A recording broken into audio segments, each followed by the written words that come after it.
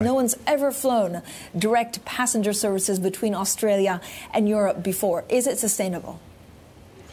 Absolutely, and you're right, it's the first time ever in history that Australia and Europe have had a connection, and what we're seeing is really good forward loads. We're really seeing really good demand from the business sector, from leisure traffic and VFR traffic, so we're very happy with the initial performance of this service. Okay, how do you measure success on it? Is it about money, or is it about advertising, or both? I think you get a combination of everything. At the end of the day, we're an airline. We're there to make money on these routes. And international has always, in my mind, been a little bit more difficult than the domestic operations. But this service, it looks like from day one, will make money. And I think it's grabbed the public's imagination. So what we're seeing is immense media interest in it. We've seen this being in the top 3 news stories around most of the countries around Europe. We think we've gotten hundreds of millions of dollars of free publicity out of it, and that shows you that there is a big public interest in it, and as a consequence, I think that helps us really strongly with the economics of this service going forward. Of course, Australia is a long distance away from anywhere. We've always had a tyranny of distance, and this is a good indication for us that these long-haul operations will work out of Sydney and Melbourne when we get the aircraft technology to fly direct into London and into New York, as an example. So these are initial days on this service, but very, very good performance so far. Alan, I guess the kangaroo route of 7 stops in 1947 says it all to get from Australia to the north. Now the kangaroo's going to jump in one stop. It's different in economy. What are you going to do to differentiate economy with the realities you really don't want people walking around the cabin? They're paying the economy rate, but you've got serious biological conditions on these long flights. What's Qantas going to do to help the economy passenger? Well, quite a lot. First of all, we've given more seat pitch and economy than we've ever done in any aircraft. We have only around 236 seats on a 787-9. Some of our competitors have over 300 seats, so there's a lot more room for every class, including economy.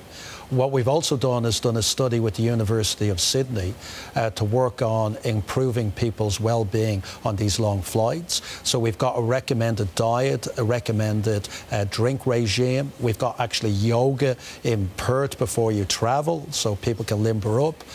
We've actually worked on the lighting on the aircraft to help people get asleep. And we've also, in addition, the aircraft, the 787, has better air conditioning, altitude levels. It's a really good experience. This is what I want, Alan. This is really important. I want Qantas to do the Delta shuttle from New York to Washington so we can do yoga at LaGuardia before we get on it. Alan, you were weaned at Aer Lingus. You know what it's like to turn an airline around, but you're not Emirates and you're not working out of O'Hare. You're out in the middle of nowhere. How are you going to develop the feeder system you need to make this economically feasible? So we do work with partners as well, and we are expanding our own operations. So in the United States, we do now fly direct from San Francisco into Melbourne and Sydney. We have LA, a huge operation in LA, in New York and in Dallas. We do have to connect into partners networks like American Airlines in Dallas, LA, and with Alaskan in San Francisco. We have a big partnership with Emirates in Dubai to connect to their network across Europe. And of course, in China, we have China Eastern with their network. It's the way the aviation industry works. You pick the best partners, work closely with them, and get a connecting profile. But what these super long-haul aircraft allow us to do is have more direct services into more locations. So if we get the aircraft that can fly from Sydney to New York, of course we can start direct services to Chicago, to Washington, D.C., and give people more choice of flying direct rather than hubbing in a particular location. Alan Joyce, you also have options to buy another 45 Boeing Dreamliners on top of the ones that you're already taking. When do you see the extra 45 ones being added to the fleet? So we want to show that we can make money out of this Perth-London service first. We then want to build up what we're calling the Western Hub in Australia and have direct services from Perth into Paris and to Germany. And those 787 options allow us to do that. We also have 6 747s that will be left in our fleet that we have to retire at some stage. And again, we believe that 787-9s are good for that. So we will be looking at the possibility of exercising some of these options throughout this year. They come up one by one, and there's plenty of flexibility about when it's the right time to actually take them. And it all depends on making sure we've got a business case to action the aircraft, roll over the 747s and start new services. But you're betting so big on China and Asia. How concerned are you about this possible global trade war impacting your business? I think everybody should be in business generally. We know that having open trade between nations has helped in air travel, has helped in freight. It will have a dampening impact, but I think for us, like all businesses, we're watching this, obviously with intent interest, and we're trying to figure out what implications it may have on dampening the global economy. And aviation is dependent on growth in the global economy. We are no different. Right. At the moment, we're doing really well because the Australian economy and the global economy is going very well, and that's an indication of how linked we are to global activity. Alan, very quickly here, tell us about the merger opportunities. I mean, you're considered a national carrier, but I believe you're not.